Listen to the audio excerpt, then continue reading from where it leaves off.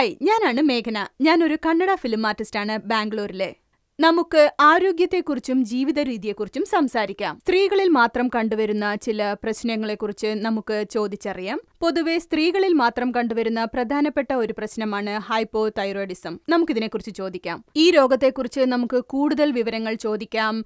നമ്മൾ എങ്ങനെയാണ് നമ്മുടെ ലൈഫ് സ്റ്റൈൽ കൊണ്ടുപോകേണ്ടത് എന്ന് നമുക്ക് ഗൗരിയോട് ചോദിക്കാം. ഇവര് 20 വർഷം എക്സ്പീരിയൻസ് ഉള്ള ഒരു ഹെൽത്ത് ആൻഡ് ന്യൂട്രീഷൻ എക്സ്പേർട്ടാണ്. ശരി ഗൗരി, ഇതിനെക്കുറിച്ച് ഞങ്ങളോട് കൂടുതൽ പറയൂ. പറയാം. സാധാരണ സ്ത്രീകൾ, അതും റീപ്രൊഡക്റ്റീവ് സ്റ്റേജിലുള്ള സ്ത്രീകളാണ് ഇത്തരം പ്രശ്നങ്ങളുമായി ഞങ്ങളെ സമീപിക്കാറ്. ഇത് നോക്കുകയാണെങ്കിൽ വളരെയധികം പറയാനുണ്ട്. എടുത്തു പറയുകയാണെങ്കിൽ ശാരീരികാരോഗ്യം, ഉറക്കം, ശുചിത്വം, ഇങ്ങനെ പലതുമുണ്ട്. ഭക്ഷണം ക്രമീകരിക്കുന്നതോടൊപ്പം ഇതൊക്കെയും ഇതിൽ ചെയ്യേണ്ടതുണ്ട്. ഹൈപ്പോതൈറോയിഡിസത്തെക്കുറിച്ച് പറയുകയാണെങ്കിൽ പല സ്ത്രീകളും പറയുന്നത് അതുകൊണ്ടാണ് അവർ ഇത്രയ്ക്ക് തടി കൂടുന്നതെന്നാണ്. തടി കുറയുന്നുമില്ലെന്ന് പറയും, പക്ഷെ അത് ശരിയല്ല. ശരിയായ മെഡിസിൻസ് കഴിക്കുകയാണെങ്കിൽ ഒരിക്കലും വെയിറ്റ് കുറയ്ക്കുന്നതിന് അതൊരു ഘടകമേ ആയിരിക്കില്ല.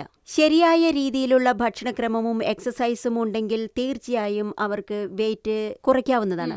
അത് മാത്രമല്ല, ഉള്ളി, വെളുത്തുള്ളി, ക്യാരറ്റ്, പിന്നെ ചെറിയ വാഴപ്പഴം, അതുപോലെ ധാരാളം പച്ചക്കറികളും പഴങ്ങളും ഇതൊക്കെ കഴിക്കുന്നത് വളരെ നല്ലതാണ്. ക്രമീകൃതമായ ഭക്ഷണത്തോടൊപ്പം ഇത്തരം ശീലങ്ങളും കൂടെ ഉണ്ടെങ്കിൽ എല്ലാം നന്നായിരിക്കും.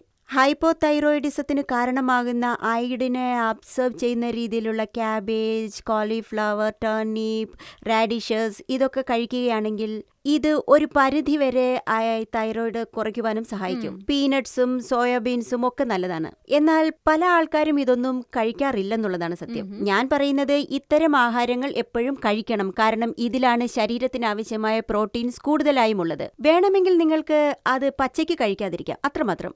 പറയുകയാണെങ്കിൽ കോളിഫ്ലവർ, ക്യാബേജ് പോലെയുള്ള വെജിറ്റബിൾസ്, പിന്നെ സോയ, ഇതൊക്കെ കുക്ക് ചെയ്തിട്ട് കഴിക്കാവുന്നതാണ്. ഇതൊക്കെ കുക്ക് ചെയ്ത് കഴിച്ചാൽ അയഡിൻ അബ്സോർവേഷന് ഒരിക്കലും അത് ഒരു തടസ്സമായിരിക്കുന്നതല്ല. പച്ചയ്ക്ക് കഴിച്ചാൽ മാത്രമേ ഇത് അയഡിൻ അബ്സോർബ് ചെയ്യാതിരിക്കുകയുള്ളൂ. ശരിയായ രീതിയിലുള്ള ആഹാരക്രമം, എക്സസൈസ്, നല്ല രീതിയിലുള്ള ഉറക്കം, പിന്നെ സ്ട്രെസ് ഇല്ലാതിരിക്കുക, ഇതൊക്കെ എന്നും നല്ലത് മാത്രമേ ചെയ്യൂ.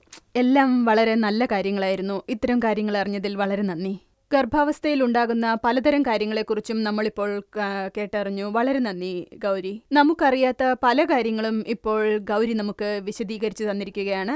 വളരെ സരളമായ രീതിയിൽ നമ്മുടെ ജീവിതത്തിൽ ദിനചര്യകളിൽ നമുക്ക് ശീലിച്ചെടുക്കാവുന്ന കാര്യങ്ങളാണ് ഗൗരി ഇപ്പോൾ പറഞ്ഞത്. ഇത്രയും നേരം ഇവിടെ ചെലവഴിച്ചതിന് ഞാൻ നന്ദി പറയുന്നു. എംദില്ലിനും ഞാൻ നന്ദി പറയുകയാണ്. കാരണം ഇത്രയും നല്ല വീഡിയോസും കാര്യങ്ങളും നമുക്ക് തന്നത് അവരാണല്ലോ. ചോദിക്കാൻ കഴിയാത്ത പല ചോദ്യങ്ങളും എപ്പോഴും നമ്മുടെ ഉള്ളിൽ ഉണ്ടാവും. ഈ വെബ്സൈറ്റിൽ ചെന്നാൽ ഇതുപോലെയുള്ള പല ചോദ്യങ്ങൾക്കും നമുക്ക് ഉത്തരം കിട്ടാവുന്നതാണ്. Thank you.